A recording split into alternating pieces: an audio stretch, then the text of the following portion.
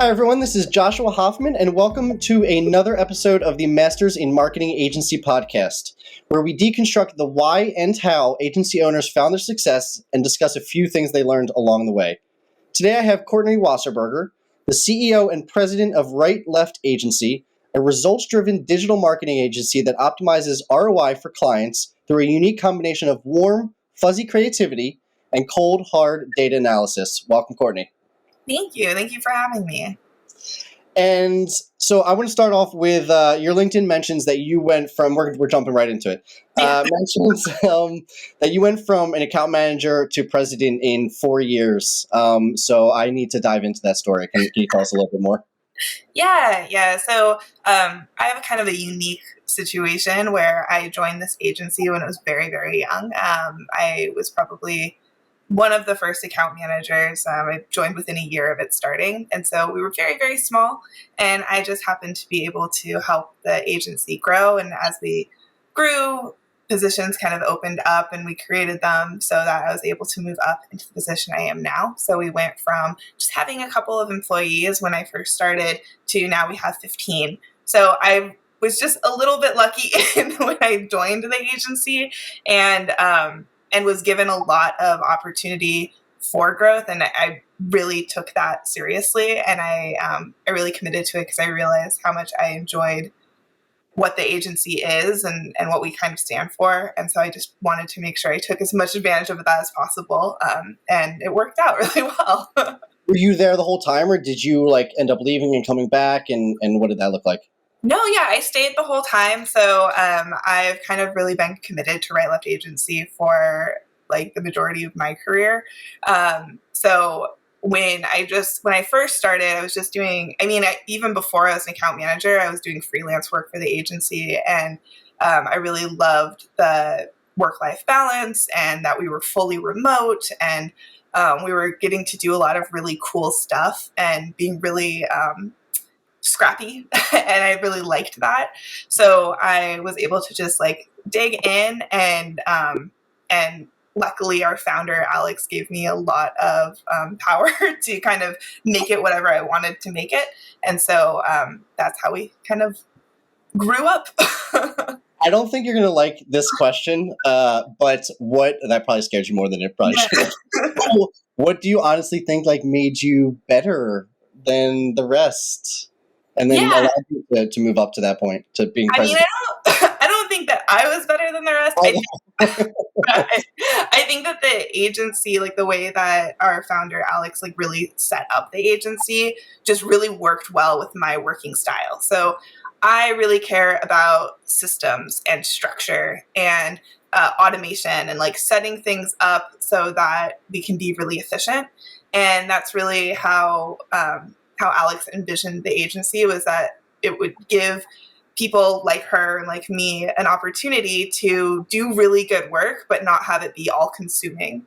And so I think we just really jived. And so it worked out really well in the long run. And I think that's why I did well because Alex and I worked really well together. And so she was okay with me systemizing stuff and she was systemizing things. And that's really how we grew is through the systems.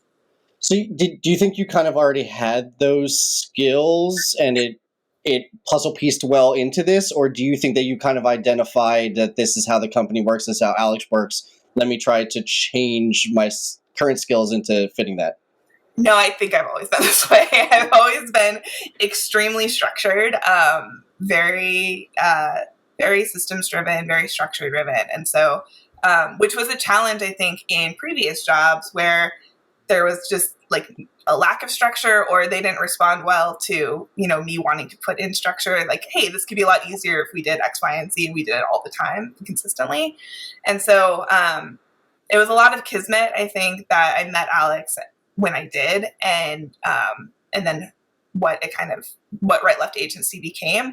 But I definitely came in with a lot of those skills. I've been able to hone them a lot with this job, which I've really enjoyed. And it's been cool to be able to do a job where it rewards the things that I'm already kind of natural at. But I definitely have always been this way. Do you have does that mean that you have kind of weaknesses on, call it, the other side? And do you think it's important to focus more on the weaknesses or the strengths? Yeah, I mean, I definitely can identify my weaknesses around like a lot of like perfectionism and things like that.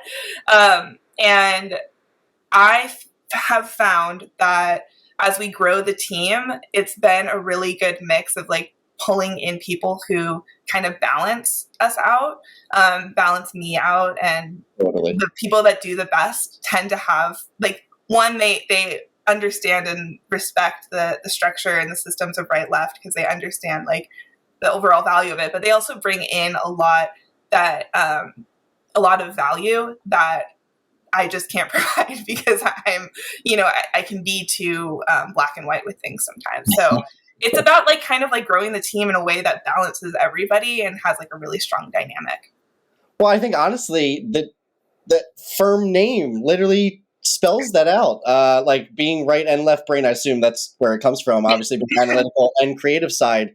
Yeah. I think that's really interesting. I'm a strong believer in, and sometimes I call it, or maybe I took this from somewhere, like diversity of thought. And if Yeah. everyone has the same thought on the team, you're just getting the same result or the same answer over and over again. Where at the end of the day, you want as many data points as possible, and you're going to get multiple data points through multiple opinions and multiple ways of thinking and things like that. So Yeah. it sounds like not only you've identified that, but like, I mean, literally the company name. Yeah. So how did you meet Alex, the founder? So Alex and I actually have a very sweet story, I think. We went to the same college, Chapman University in Orange, California, and Alex had this job at a lead generation company, and she needed an intern. She was like acting as a marketing manager, which was pretty impressive for her at that age because we were both still in college, and she needed to hire an intern, and so she went to the internship fair at Chapman, and I went to the internship fair looking for an internship, and we met that way, and she interviewed me and we hit it off, and so she brought me on as an intern. So she actually gave me my first internship, and then we just worked together really well, and we were really in the trenches together, and we worked a lot of jobs where we were overwhelmed and we were really learning how to do marketing and trial by fire. And so she kind of moved on to other companies, other roles, and she just kind of brought me along with her. And then eventually she decided to start her own agency and really take control of, what her career was. She's kind of this serial entrepreneur. And so when she started her agency, I went off and did some freelancing for a while, and then she brought me on to the agency after she kind of had established some stuff. I guess you never know where an internship will lead. I love that because, oh, sorry, what were you going to say? Yeah, I totally agree. I think that internships can be so hit and miss, and I am so lucky and grateful for just the timing of it and meeting Alex when I did. And I think that both of us really recognize like that does not happen a lot. So I don't think like that's like a clear, path to success. But I will say that if you take every opportunity really seriously and like really put your all into it, I think that that's like what kind of leads to success in the long run. The reason I'm really glad you kind of talk through that whole story is because most of the people that we talk to are the founder of the company and therefore CEO and president. But obviously, I'm sure there's people that might not be their path, even if they are going to end up being, the CEO and or president of the company. So thank you for giving a nice little different opinion on how you got to your point. I think you're the first, I should say, that wasn't the founder. So I'm glad we went through that. A little bit more on being, president and CEO. And I forget if we talked about this before or if I found this somewhere, but you mentioned or somewhere mentioned that you're an introvert. So I guess I want to understand what it's like to lead a company as an introvert.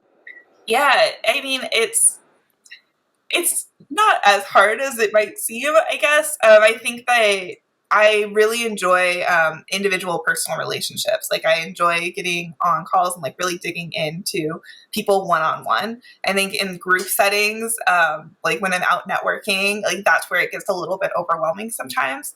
But I feel like the personal relationships aren't as challenging. It does get hard sometimes when you're on, 8 hours of calls in a row, but what has really helped me actually is having a fully remote agency. Like we have always been fully remote. We've never been in office, and our team members are all around the world. And so it's a lot less of the day-to-day kind of general social interactions and more intentional ones. And that has really helped me. And I mean, I think I've grown a lot too, is to be a little bit more extroverted, I guess. But yeah, I think it's more shifting into personal one-on-ones rather than these, big group interactions that you would have at a normal office.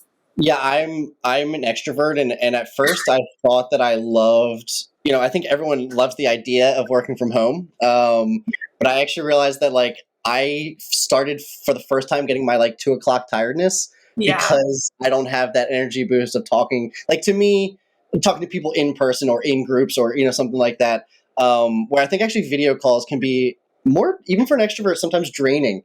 Yes.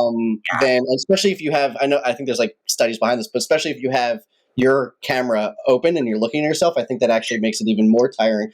I actually, even in this call, we record video for anyone that's listening. I actually hide my camera so I don't see it. Yeah.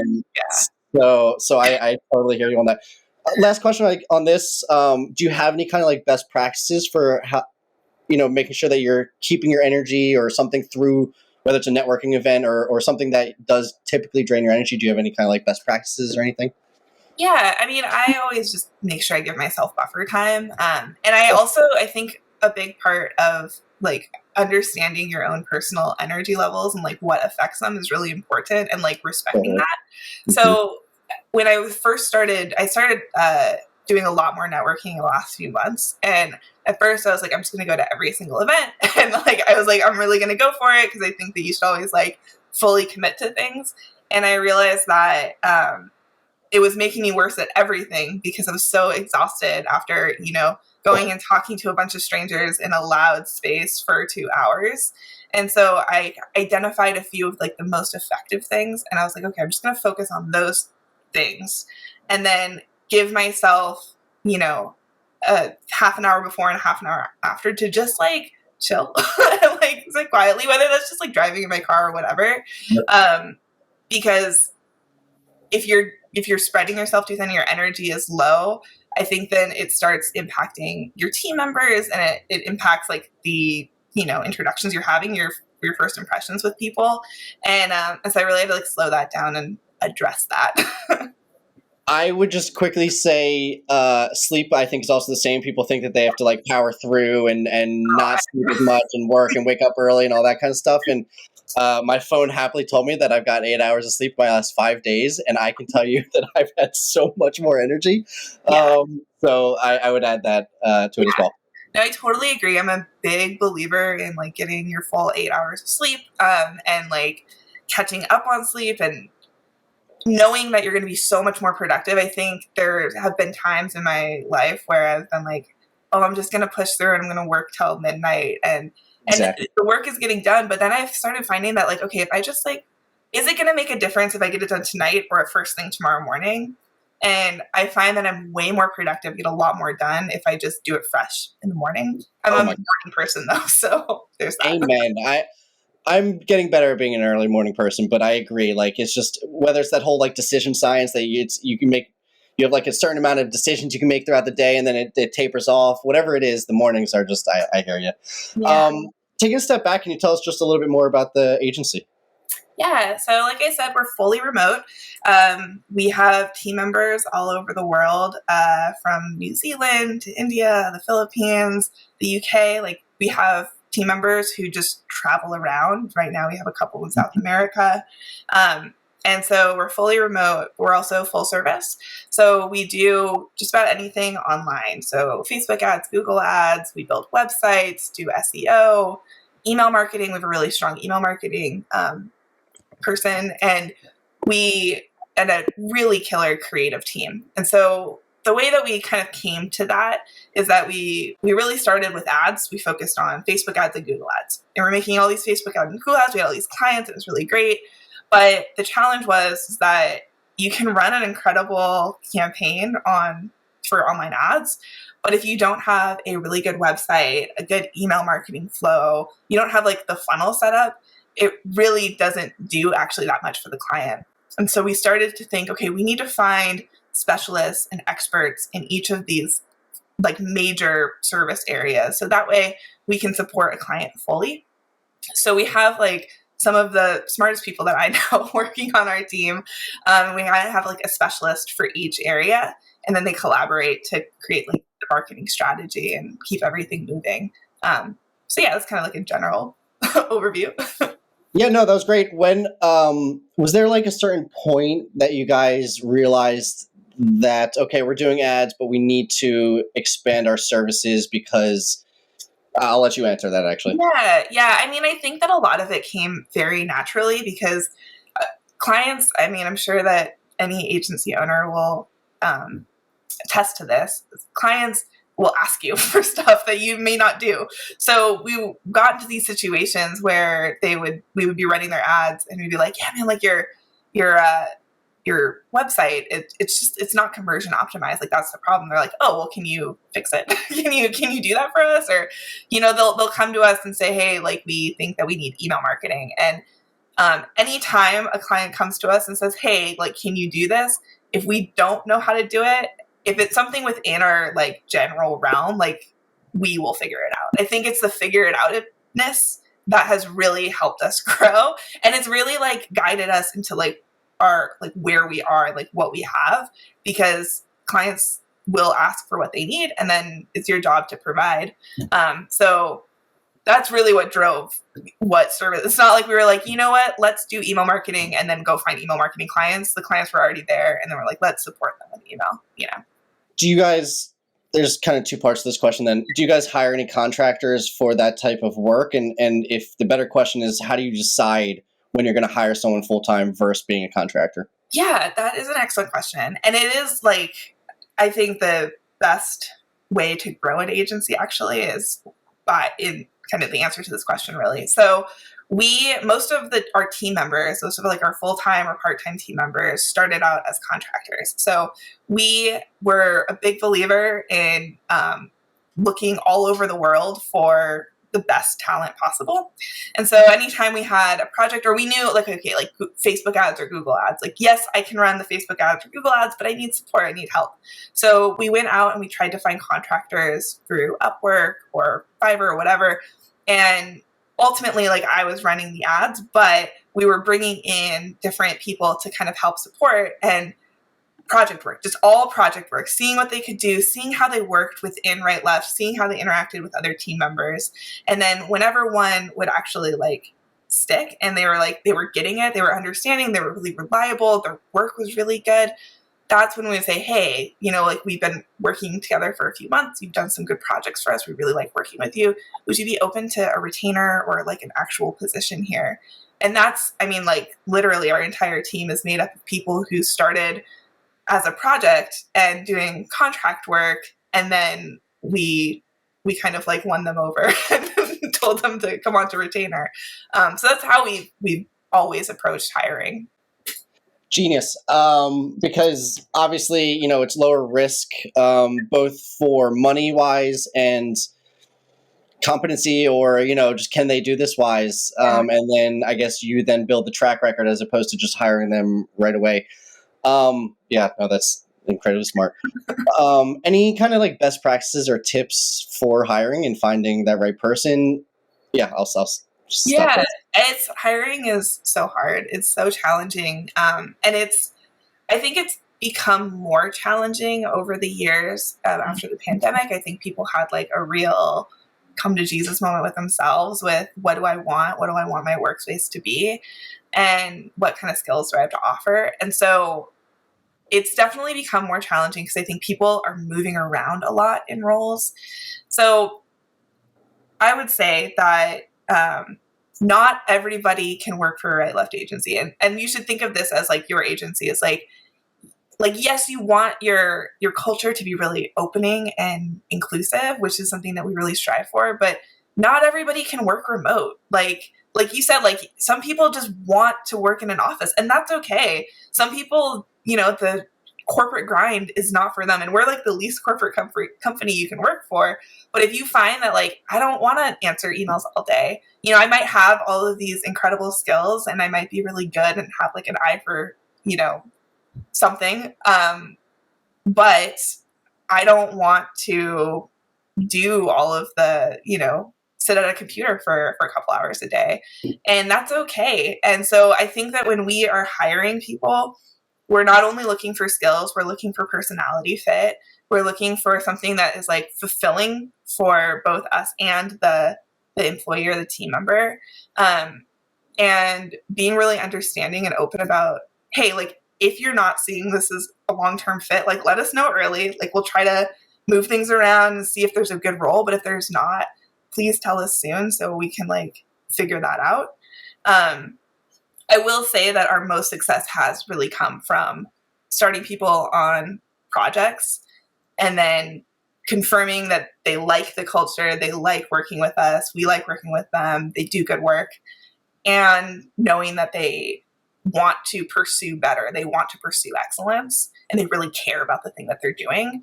And once we identify all of that through project work, that's always our longest lasting employees or longest lasting team members, and most effective ones, really. That's interesting because they say you're supposed to hire slow, fire fast. Yeah. And I feel like you actually, not that you're doing the opposite. Well, at least we haven't talked about firing, which is my next question. But you're actually hiring. Well, I guess you are. Yeah, you're hiring slowly. Yeah. And it's just that it's almost like the interview process is like a paid interview process where we pay them for the project work. But it's a matter of like giving them enough work and getting them through training to see if, you know, it is a good fit. Because it isn't for everyone. I think that's really important. And I think it's actually a good thing to kind of have a culture that not everybody fits into. Because if everyone fits into it, then it's not even a culture at all, you know? Well, yeah, no, that's good.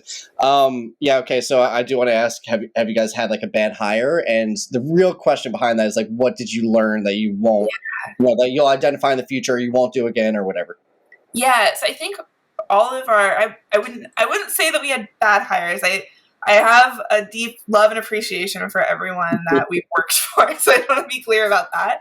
I think we've had hires that didn't work out, and usually, what happens is someone will come on thinking they really want to do remote work, or thinking that they want to do marketing. And usually it's for a role that's more client facing. So like an account manager role or something like that. And then they get into it and sometimes they'll realize, you know what, actually I do want to go into an office. I do want more interaction. And that's really hard for people, or they find that they're not as in tune with the way that we run things, which is a lot of collaboration between specialists and account managers and the clients. And so that becomes really hard for them. I think that the stress of dealing with clients is a lot. Like, you really have to be a very unique person to want to work with clients. Sometimes clients can be really challenging. And usually those people tend to self-select out after a while. We'll get into it. And we have, you know, lots of check-ins in the first couple of weeks. And so we'll say, okay, like, how are you feeling? What's the main thing that's kind of like bringing you down? And we'll try to address those things. But at the end of the day, if you want to not be remote and you don't want to work with clients necessarily, or this kind of work is too stressful, then, you know, it's not the right fit, you know? I actually want to go back to something you said in that answer, which is like the way that you guys collaborate together. How do you control that collaboration? So whether it's because you guys are remote, or just, you know, you're saying that sometimes it is a project manager that really controls final decision for anything, and there's not, you know, everyone's collaborating, but it's really their decision. So like, how do you control that collaboration? Yeah, so usually there's kind of like one person who's like responsible for pulling it all together. But each specialist, like, knows what they do. So we bring them on to a kickoff call, or if there's, we're working on a project, we'll have like an internal meeting where we'll say, okay, here are all the things we need to do. Here's, the avatars for the client, and here's the brand guidelines. And we kind of go through everything and we say, okay, you're going to do this, you're going to do this, you guys should work together on this. And then everybody kind of goes off and they set their own meetings together and they pass work between each other. A lot of times the ads team and the creative team, they probably have the most collaboration. So they actually, the director of paid ads and the creative director, they have a weekly meeting, which they set up on their own because they realized how valuable it would be for them to do that, where they identify what are the like main needs that we need to address this week. And let's like talk through them. Richard, the director of paid ads, will say, hey, Cami, like these are the ads that are doing the best. And then Cami will say, oh, cool. Like here's some things that we've seen trending. What if we like combine those two ideas and like create a new round of ads for this client? And so it's a lot of like, I think that's the big thing too with this agency and what I've seen in more successful agencies is people are really self-motivated and take a lot of initiative. And so our director of paid ads and our creative director, they want to do the best they possibly can. Like they really genuinely care about putting out a really good product. They want excellent work. And so they know they can work together and create something even better than something they could do individually. And so they take that initiative and they are self-motivated to do that. And that's what we try to that's what we try to celebrate in our culture, I guess, and try to push for, really. And like promote, yeah. I told you I wasn't going to ask any strategy questions, so I apologize. That's okay. A few questions that I typically ask towards the end. If you had to teach anything or something to other marketers, what would it be? I think that understanding that there's only so much you can do. So I think one thing that I kind of rest on a lot is that marketing isn't magic, but it can be magical. So if you have a poor product or you have a client that can't give you what you need to be successful, there's only so much you can do to support them. You can't change the economy. You can't change the public opinion, but you can put your client in the best position possible to do the most with what they have. There's only a certain CPA that you can hit that's possible. Like there is a number for every client that's the best CPA, the lowest CPA that you can get. And your job as a marketer is to find what that CPA is.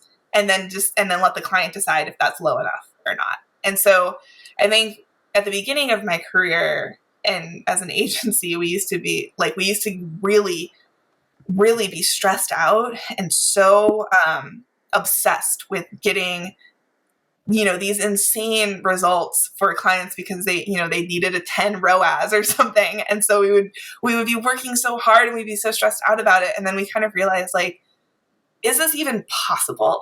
Like, it's not magic. Like, let's just do the most we can with what we have. And kind of letting go of that unrealistic standards, I think has been really helpful. So I think that's what I would mostly teach. I'm going to guess you've used that magic reference before because it was pretty good. What do you enjoy talking about the most that you normally don't get an opportunity to talk about? With marketing or with agencies? Or anything. I actually usually open that up to anything, but yeah, it could be marketing or not. Yeah. I guess I really enjoy actually hearing other people's approaches to marketing. I think what's so interesting about this industry is that the way that we approach things is not necessarily how any other agency would approach it. Everyone kind of has like a different thought process around like who should do what in what order and like what you should really focus on. Should you be focusing on the CPMs versus, the ROAS versus click-through rate? Like what is it that people seem to really care about? And any emerging markets. I think those are emerging platforms. So like, I love hearing about what people are doing on TikTok because I am so outside of that world. And as an agency, we're constantly trying to, break into it and figure it out. And so like hearing what other people do is actually really interesting to me. Like I love talking to other agency owners. You're the first person to answer that question with what do you enjoy talking about? You're the first person to answer it as I want to hear. I'll be honest, if that doesn't show a sign of a good leader, I don't know. So I'll give you a lot of props on that one. I know you didn't mean to do that or whatever, but that's great. Are you guys hiring any positions right now? So we're always looking for people who are interested in breaking into marketing. We don't have any open positions right now, but if anyone has experience in any major service area, so email marketing, ads, website building, creative, we always like talking to them and like keeping them on file, because I think that the other part of what we do is like we're always trying to develop relationships. So even if it's not right now, we're probably going to need to hire in a couple of months or a year, and we'll always come back to those people. Yeah, I think that's always the right approach. Also, especially with developers, like yes, the great ones are so few and far between sometimes that you just always want to be hiring developers, and then hopefully you fall into that good one. Last question, any book or podcast recommendations? That's a good question. That's my favorite question. Yeah, I recently read The Culture Code. I can't remember who the author is, but let me look it up real quick. The Culture Code by Daniel Coyle. Yep. And that was really helpful for me in kind of stepping back a little bit. I think sometimes we're always like in the thick of it. And I read that when I was on a road trip actually with my parents. And so I had like some time, I listened to it on the audiobook, and I was just like listening to it for a couple hours a day while we were driving. And it really got me like thinking about how, especially remotely, developing culture can be really challenging. And so it helped put a lot of stuff in perspective, and we applied a lot of it. I think it was a really helpful book for me, at least. Is it something like working on the business, not just in the business type stuff? Yeah. And understanding how to like set culture that actually sticks, and like the little things that you do every day and how they affect like employee morale and like the team and their commitment and all that stuff. No, I hear you on that. And as we come up to the end of the episode, I just want to give you an opportunity to mention how people can find you and anything else you'd like to end with. Yeah, so you can visit rightleftagency.com, or you can find us on social media. I think we're all Right Left Agency. It's our handles. Or you can reach out directly to me at Courtney at rightleftagency.com if you have any thoughts or questions or just want to grab coffee. We do a lot of white labeling with clients or with other agencies. So if any other agency owner is looking to support more of a digital side, whether that's ads or website builds or creative, we're always looking for those types of partnerships. Thank you so much for coming on. This honestly was like one of the most fun I've had, and I think we talked about things that normally we don't talk about on this, like because you just came from a different angle and everything. So I thought this was like a fantastic episode. Thank you so much. And for those of you who learned something new from this episode, please consider giving us a like or a follow so we can continue getting the highest quality guests like yourself. And as always, thank you for listening. Thank you so much, Courtney. Thank you for having me. Thanks for listening to the Masters in Marketing Agency podcast. I hope you got a ton of value out of this episode. And before we go, I just want to thank our sponsors, DevNoodle. DevNoodle provides marketing agencies with the ability to offer their clients unlimited website design, build, and management services with fixed monthly plans. If website design, development, and maintenance is holding your agency back from growing, please reach out to us at devnoodle.com, where we make websites easy for you and easy for your clients. devnoodle.com.